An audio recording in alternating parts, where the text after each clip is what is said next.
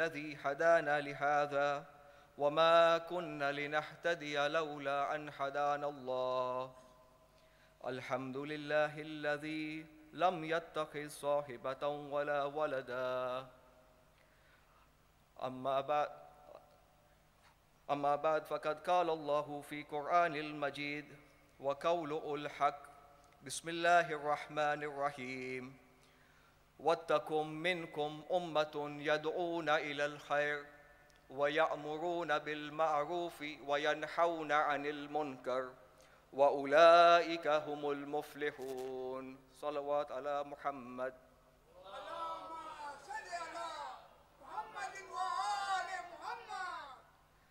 In the honor of Aba Abdullah, can we recite a salawat ala Muhammad wa ala Muhammad?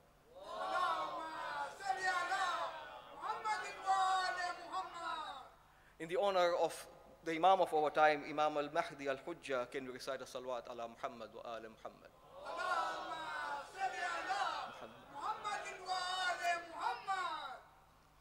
Tonight is the 20th night of the holy month of Muharram. 10 days have passed since the martyrdom of Imam Hussein on the plains of Karbala. The musibah on the Ahlul Bayt has not stopped. In fact, it is now intensified. The months of Muharram and Safar are the months of reformation and self-reflection. The Ayam of Adha is a period that should remind us of the lessons that we derive from the tragedy of Karbala. When we talk of reformation, it is reformation at two stages: individual reformation and societal reformation. And inshallah, during the course of this discussion, we will realize that why it is important for us to have the reformation at these two stages. Karbala is a divine project. It is a divine initiative. And this project is called Islah, reformation. Throughout his journey from Medina to Karbala, Imam Hussein alayhi salam's mission was of the reformation of his ummah. Aba Abdullah gave away everything that he had, everything that he possessed to save Islam. And everything that he had and everything that he gave to save Islam was to ensure that the ummah is reformed.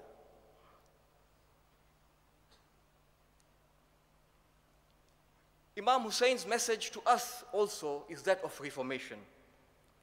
When we attend this majalis, when we participate in the adha of Imam Hussein alayhi salam, we are supposed to have a reformation in us.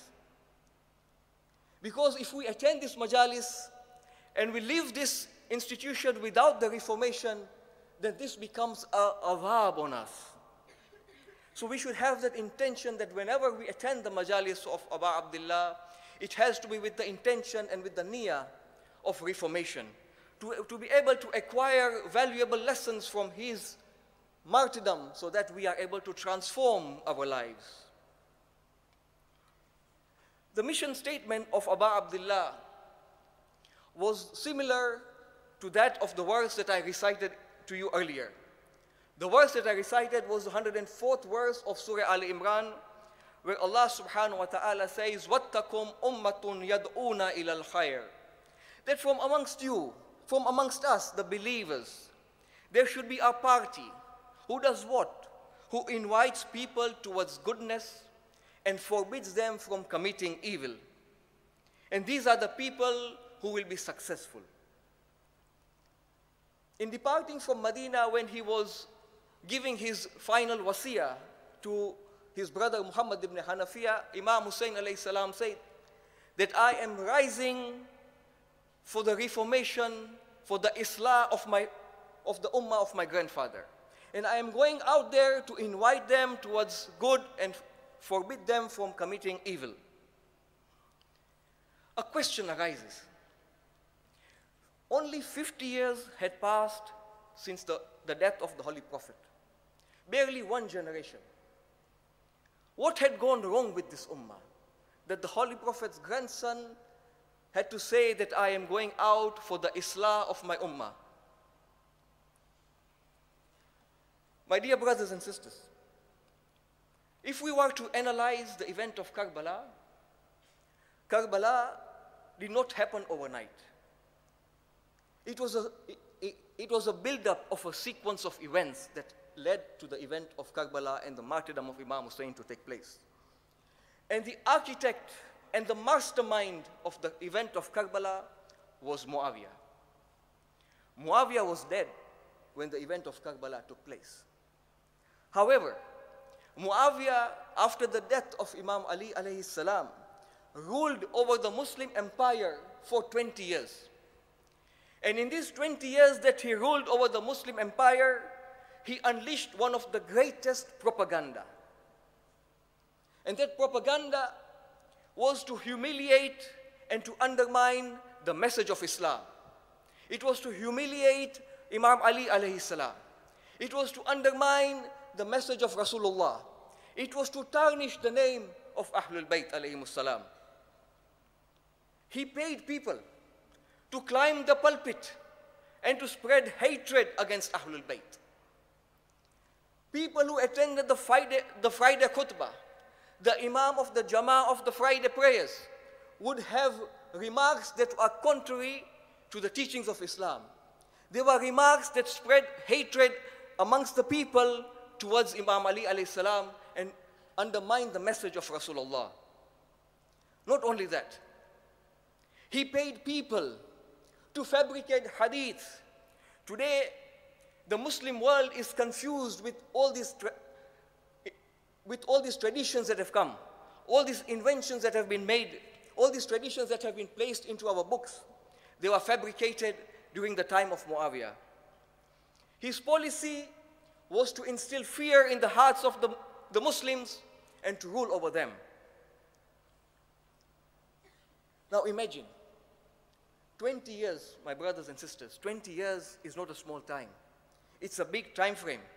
In 20 years, people's mindsets can change if they are constantly hearing one statement, if they are constantly being bombarded with one kind of information without having any extra information that is contrary to this information. And when all this was happening, the ulama of the time, the ulama who were enjoying the respect of the people, the ulama who were supposed to have been the custodians of the religion, remained silent. Because they had ulterior motives. They were associated with the Khilafah of the time. They were associated with the rulers of the time. The people who were supposed to protect the law were the ones who remained silent. And not only did they remain silent at any other time, but they also remained silent when the laws of Islam were being violated. When the haram was becoming halal and the halal was becoming haram, the ulama of the time remained silent. And Imam Hussein alayhi salam, in his khutbah on the plains of Mina, addresses this ulama and compares them to the priests and the rabi'in of the previous prophets. And he compares them to the other community upon whose la'na came from the prophets of Dawood and Sulaiman, Prophet Dawood and Isa ibn Maryam. These two prophets cursed that community because of the rebellion that they initiated and the transgression that they carried out against the people. And the ulama and the rabbin of the time remained silent. So Imam Hussein on the plains of Karbala, he compared these ulamas to those ulamas that when you know that the society is degrading, you know that people are not being given the right information, you know when the Islamic laws are being trampled upon, and you remain silent. So that was the first factor. The second factor was the people of the time. The common man remained silent. They decided to bury their hands in the sand and to say that this does not concern us. So long as we are okay in our lives, so long as we are going on with our own business, what is happening in the Muslim world, what Muawiyah does, has got nothing to do with us. And that is how the society in a span of 20 years became corrupt. People were Muslims. People attended the mosques to pray salah, but their iman had disappeared. And the iman had disappeared because they had made some compromises. Now, let's look at this analogy and let's try to think that a child who was born in the year 39 AH or 40 AH, in the year 61 AH, that child has now become an adult of 20, 21-year-old. Throughout the 20 years of his life, wherever he went, whichever masjid he attended, whichever Friday khutbah he was present in, the only thing he heard was remarks against Amir al-Mu'mineen. The remarks he heard were against the teachings of Rasulullah. The remarks he heard spread hatred towards Ahlul Bayt alayhimus salam. This child grows up. What impression does he make about Ahlul Bayt? What picture does he form in his mind about Amir al-Mu'mineen? And these were the very people, when the event of Karbala took place, were willing to go, because for them, they had been kept away from the reality. They had been kept away from the truth. They had been kept away from the message of the Holy Prophet. Salawat ala Muhammad wa ali Muhammad.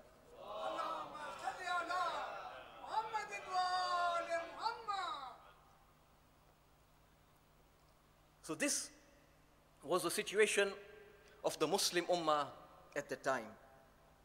Now, let's do a comparison, because history, it repeats itself. At some point in time, whatever happened in the past rehappens again. Let's look at our environment, the environment that we live in, and let's look at our conditions as Muslims. Since 9/11/2001, 16 years have passed. Let's look at the same analogy.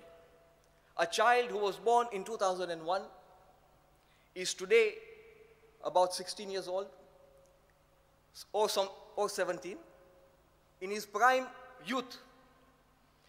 For the 16, 17, 18 years of his life, the only thing that he has heard associated with the name of Muslims is a word we all know: terrorist. Whenever an attack happens, it is associated with Islam and with terrorists of Muslims. Whenever he sees an image of a Muslim, it is with a gun and a face covered with turban. That is the image that has been portrayed in the minds of these people of today. So when he sees us as Muslims, that image, when he's kept away from the truth, when he's kept away from the reality, the image that is formed in his mind is that all Muslims are terrorists. This is the same analogy that was prevalent during the time of Muawiyah, is now repeating and unfolding before our eyes.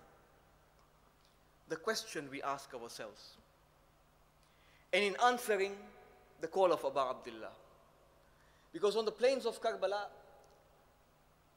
there was a call of istighatha, and the call of istighatha was the call of help.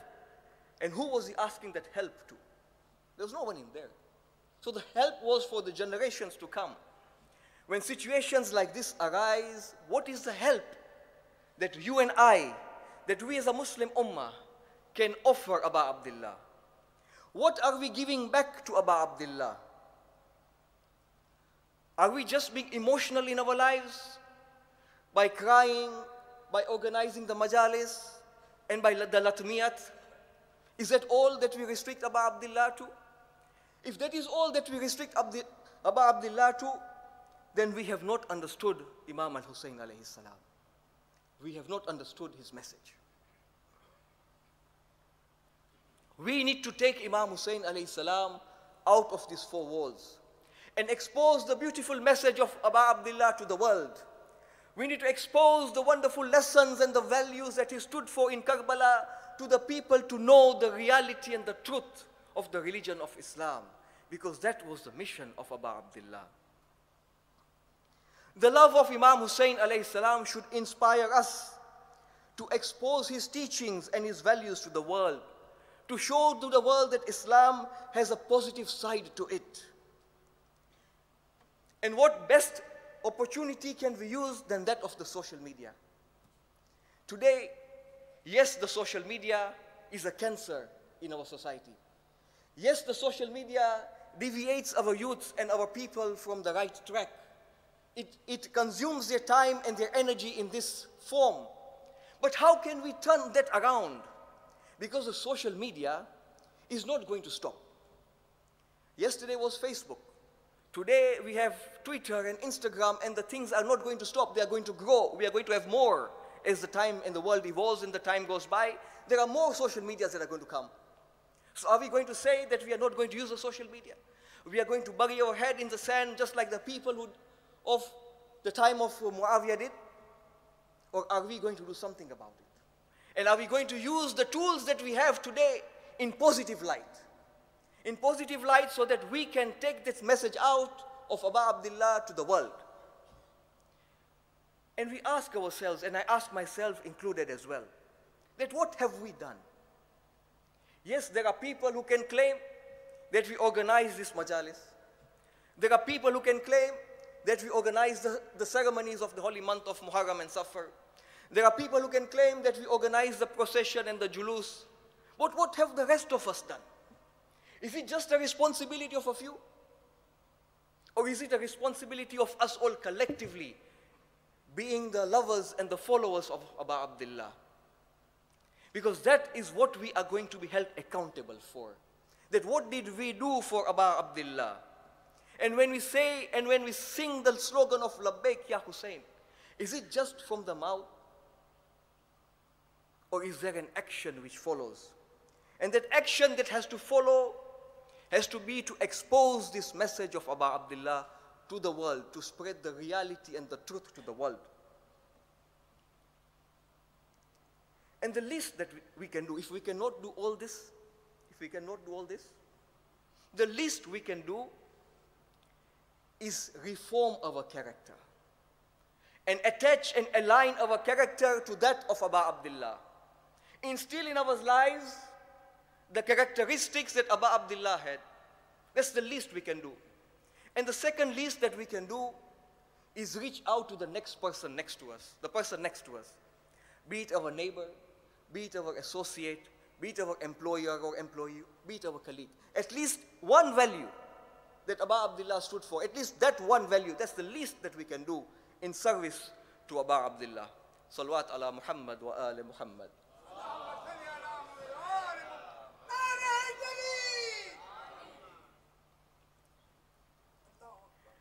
There are many lessons that we derive from the tragedy of Karbala. But one of the greatest and the most important lesson is that of dignity and honor. The Muslims at the time had lost their dignity and honor. They had compromised on their iman, and that is why the event of Karbala came to being. And Abu Abdullah did not compromise on his dignity and his honor. And the dignity and the honor is known as the izzah. And that is the izzah and the honor and the dignity that we must all have. And the dignity and the honor does not just come. It comes from the iman. It comes from the belief. And a mu'min is aziz because of his iman. The dignity and the honor that we get in our worldly life is not the real dignity and the honor. It is a deception. It is just because of our worldly status that we enjoy. But that is there only for a while. What will remain is the dignity that we acquire from Allah subhanahu wa ta'ala, because He guarantees us that. وَتُعِزُّ مَن تَشَاءُ وَتُذِلُّ مَن تَشَاءُ. And He not only guarantees that, He in Surah Hujurat, He also says, إِنَّ أَكْرَمَكُمْ إِنَّ اللَّهِ أَتْقَاكُمْ. Verily the most honorable of you in the eyes of Allah is the one who guards against evil, who has taqwa. And when you have taqwa, you have more of Iman and you have less of evil. You increase yourself in Iman and you decrease yourself in evil. And my dear brothers and sisters, Iman is something that we cannot buy. It is not that something that money can buy. It is something that has to grow within us. It is something that has to be nurtured in our minds and in our hearts, just as we grow as human beings. And those who do not want their Iman to grow remain stagnant. And when they remain stagnant, when they offer salah, there is no feeling. When they attend the majalis of Aba Abdullah, there is no feeling. Nothing moves them. When they are fasting, there is no spiritual upliftment in their lives. And these are the people who remain stagnant. So Aba Abdullah alayhi salam taught us that we should not lose our Iman. Because if we lose our Iman, we lose our dignity and we lose our honor. Just the way the Muslims had lost their honor and their dignity. And once we have acquired that Iman, we need to remain steadfast. Because it is easy to acquire the Iman, and it is very easy to lose that Iman. Because when we are confronted by a situation, we compromise. So Aba Abdullah alayhi salam taught us not to compromise. And the Quran, Allah subhanahu wa ta'ala says in Surah Fussilat, إِنَّ الَّذِينَ قَالُوا رَبُّنَا اللَّهُ ثُمَّ اسْتَقَامُوا. That those who have Salawat ala Muhammad wa ala Muhammad. Allah subhanahu wa ta'ala says, إِنَّ الَّذِينَ قَالُوا رَبُّنَا اللَّهُ ثُمَّ اسْتَقَامُوا. As for those who say our Lord is Allah, and they don't only say our Lord is Allah, they are ثُمَّ اسْتَقَامُوا, they remain steadfast. What happens when they remain steadfast? تَتَنَزَّلُ عَلَيْهِمُ الْمَلَائِكَةُ أَلَّا تَخَافُوا وَلَا تَحْزَنُوا. Allah subhanahu wa ta'ala sends malaika on them, and with the basharat of do not grieve and do not fear. And He guarantees them Jannah. And if you want to see an example of steadfastness in our time, let's look at the life of Imam Khomeini. When Imam Khomeini is returning from exile from France and coming to Iran, he knows there are orders on the ground for him to be shot on sight. He knows, he's aware of it. But look at his steadfastness, that nothing moves, because he knows that the mission that he has undertaken is to reform his people. And once he had undertaken that mission of reformation, the steadfastness was there and nothing moved him. And that is the level of steadfastness that we have to strive to achieve. How many times have we not heard of people just because of this dunya, just because to acquire this dunya, they compromise certain principles in their life to fit in to a certain group and to a certain society. Because if they don't fit in, they will be left out. And to be able to fit in, you have to compromise. And what you compromise is your Iman. Have we not seen of people just because to associate themselves with influential people, they compromise their Iman? Because when they associate themselves with these influential people, it is to their benefit, but it is also to a cost. And that cost is at the cost of your dignity and your honor, because that is what you have to compromise on. And we cannot afford to compromise on our dignity and on our honor, because that is our recognition. Because that is what Aba Abdullah alayhi salam stood for when he said, Hayhat min al-dhillah, Hayhat min al-dhillah. Sallu ala Muhammad wa ala Muhammad.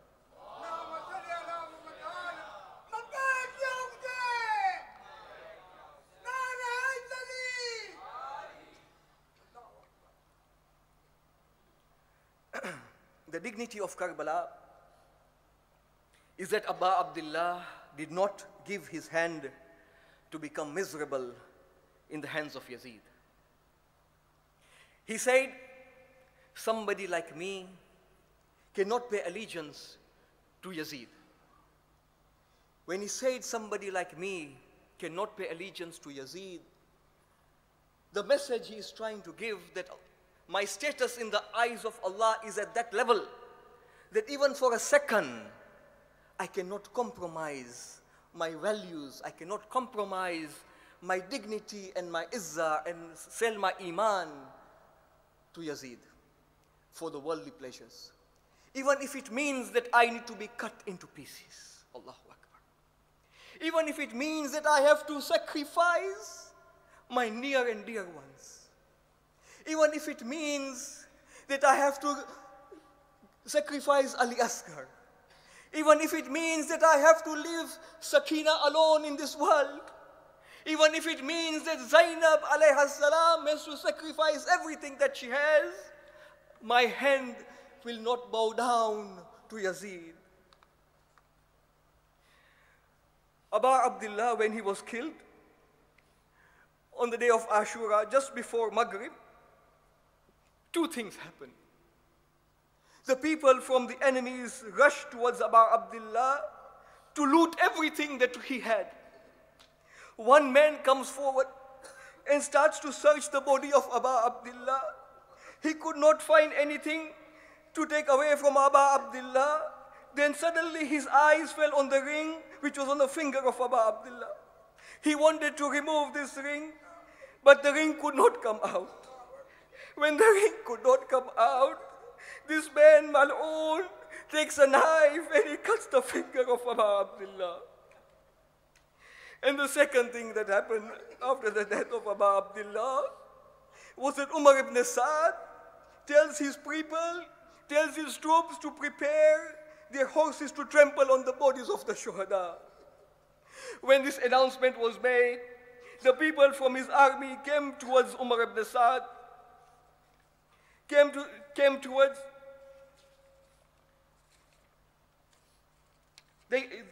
they came towards Umar ibn Sa'd, and they told Umar ibn Sa'd that amongst the Shohada are our relatives.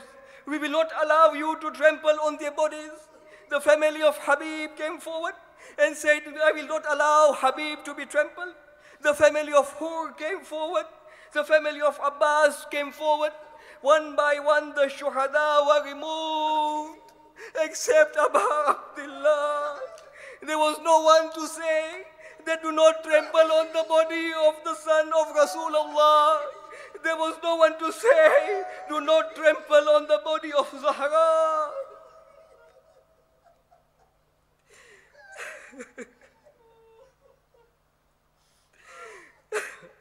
On the 11th day of Muharram, the Ahlul Bayt were chained.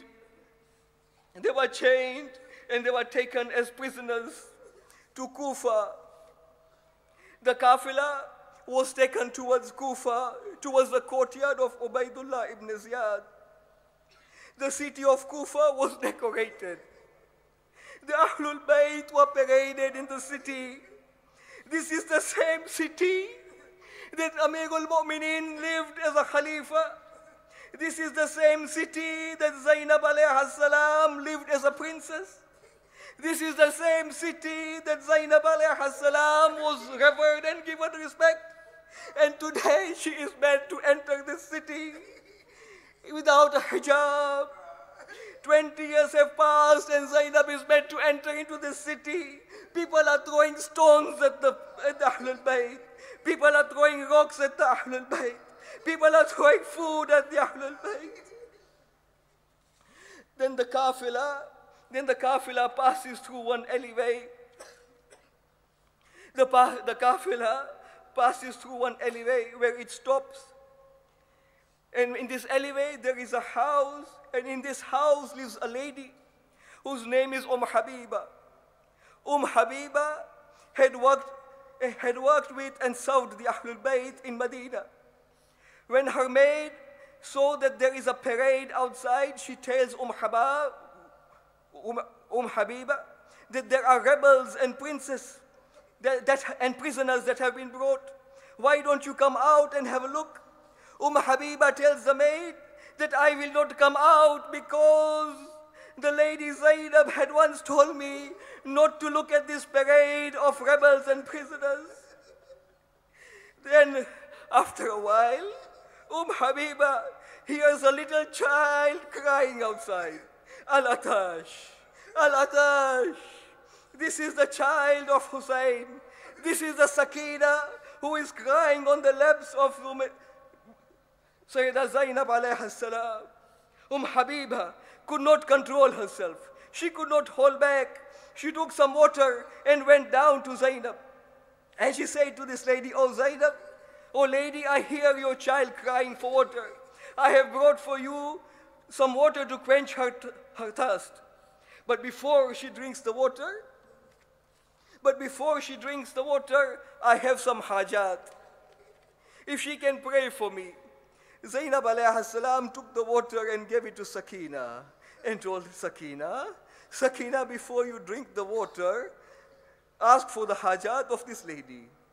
The little child raised her little hands towards the heavens and prayed. The lady said, "Pray that my husband has gone on a journey. Pray to Allah that he returns safely." Sakina raises her hands and prays, "Let this lady's husband return safely." Then Habiba prays, tells the young child to pray to Allah that my children should not become yatim like you. They should not become yatim like you. Sakina prayed that do not let this woman's children become yatim. And then this lady told that tell the girl to pray for me, that I should be blessed with the ziyarah of Medina. When Zainab alayha salam heard the name Medina, she said, "What have you to do with Medina?" She said, "I have everything to do with Medina. In Medina is my Mawla Hussein. In Medina is the lady Zainab, the daughter of Ali. I want to go for the ziyarah."